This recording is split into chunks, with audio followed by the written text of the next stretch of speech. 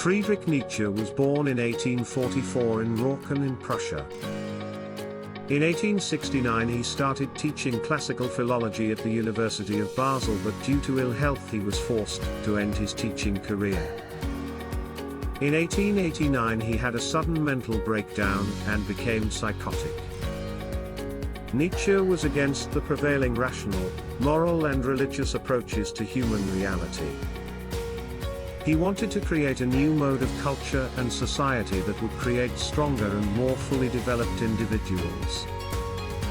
Nietzsche considered the culture of ancient Greece as the highest, but the 19th century European and German culture that worships weakness and mediocrity as sick and inferior. He appreciated ancient Greek life as blend of Dionysian and Apollonian traits, which are the two central principles in Greek culture.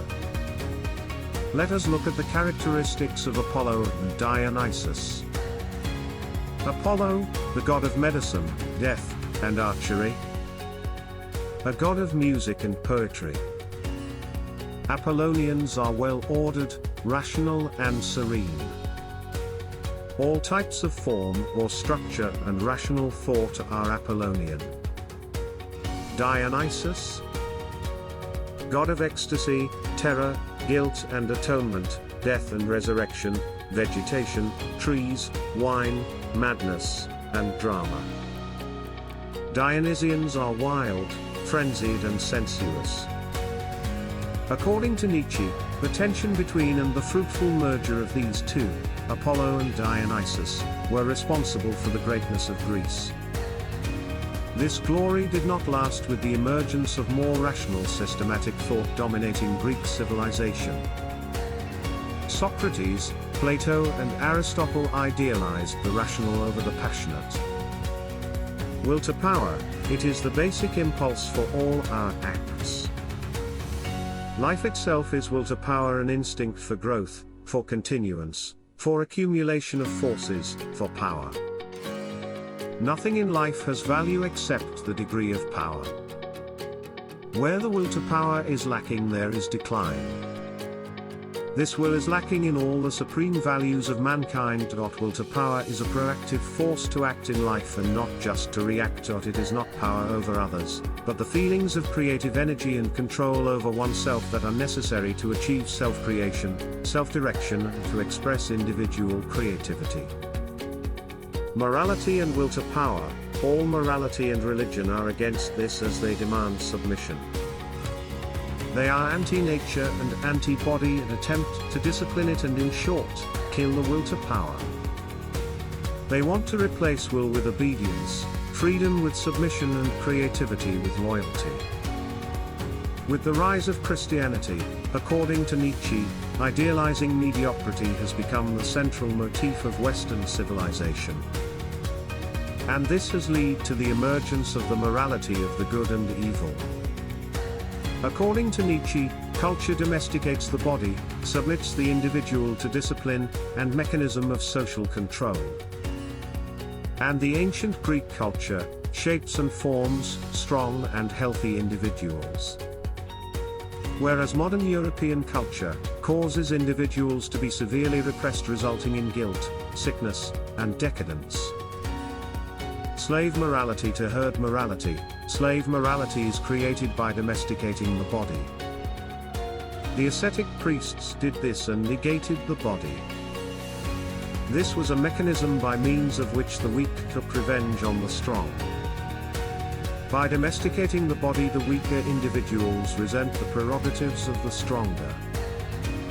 Herd morality and the body. Disciplining the body is suppressing all bodily drives and passions.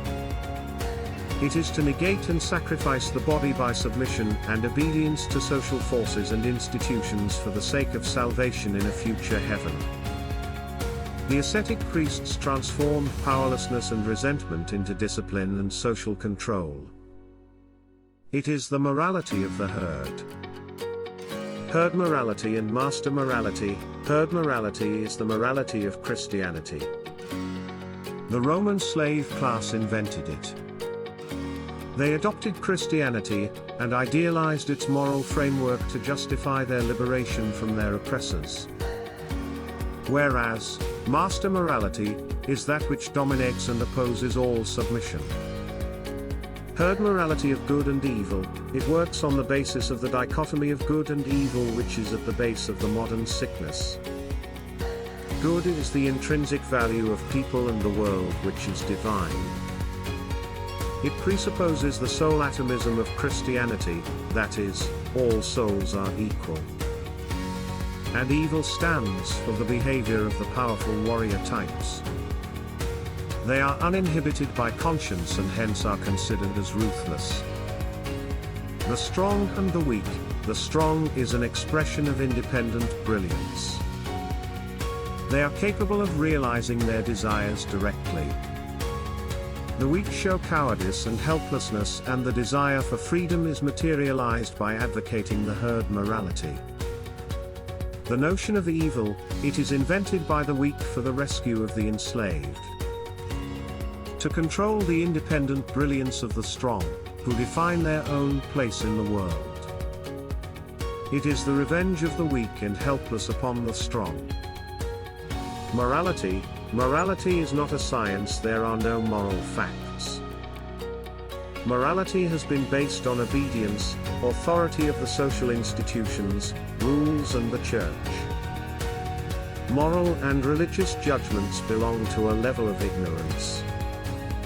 Against modern morality characterized by utilitarianism and Kantian ethics reduce the great passion of living to calculations and difficult formulas. They weaken the human spirit by controlling and domesticating its creativity and selfish passions. Herd morality is created by the denial of life.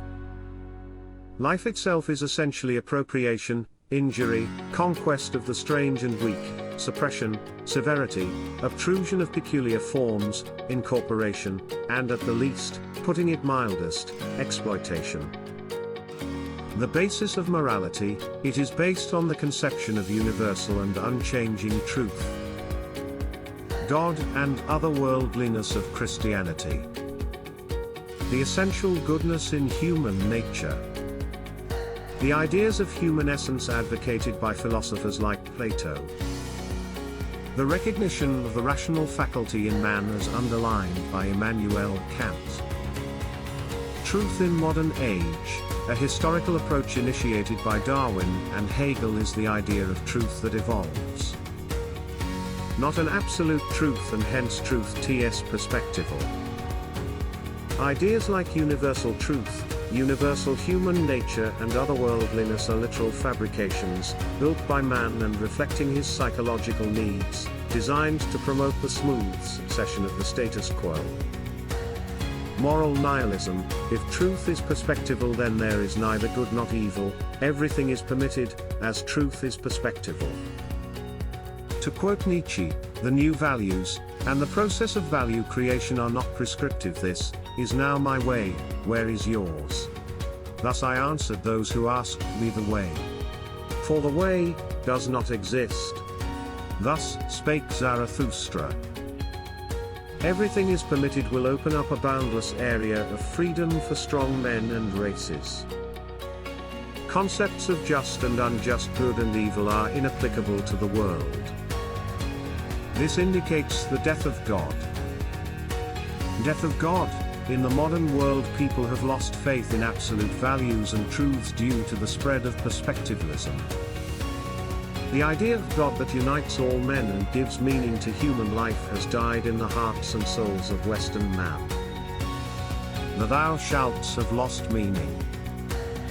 With the death of God, there are no absolutes. Zarathustra has to discover new realities for man. Overman or overcoming man, to quote Nietzsche, one overcomes oneself to become oneself. What does your conscience say? You shall become the person you are. In Thus Spoke Zarathustra, Nietzsche describes the path of overcoming man as consisting of three stages: camel, lion and the child. The camel, it represents the average man. It kneels to accept its load just as we kneel to carry the weight of what we believe are our duties. A sense of duty in bearing what it is ordered to bear. we feel guilt if we don't maintain the burden. Obeys the thou shalt with no protest. The camel does not will what it does, it obeys what it ought to do. Transformation to lion, like the camel that moves in the desert, the spirit moves in its own desert. In the loneliest desert, the spirit becomes a lion. He wants to conquer his freedom and be master of his own desert. Here the spirit will encounter the thou shalt, fight it and conquer it. The lion then says no and violently kills the status quo of thou shalt. But it is not completely free from the morality of good and evil. The child, it is unremorseful of what it does, unaffected by the morality of the good and evil. The child is the overman who says yes to life and creates a new reality and a new self. The child applies its will in developing and achieving unique values and developing autonomy. The child creates itself. The overman, to quote Nietzsche, what is the ape to man? A laughing stock or a painful embarrassment. And man shall be just that for the overman, a laughing stock or a painful embarrassment. The overman is a strong and free individual who has overcome the man in himself. Has overcome his trivial, weak, petty tendencies through a process of self-overcoming. Rejects all creations of the self by external factors like religion and morality, but creates himself. There is no thou shalt, no what is ought to be done, but what it wills, that is, the will to power. Overman creates his own values and lives fully and passionately. If you enjoyed this video, the like button, and if you want to see more videos like this one, make sure to subscribe.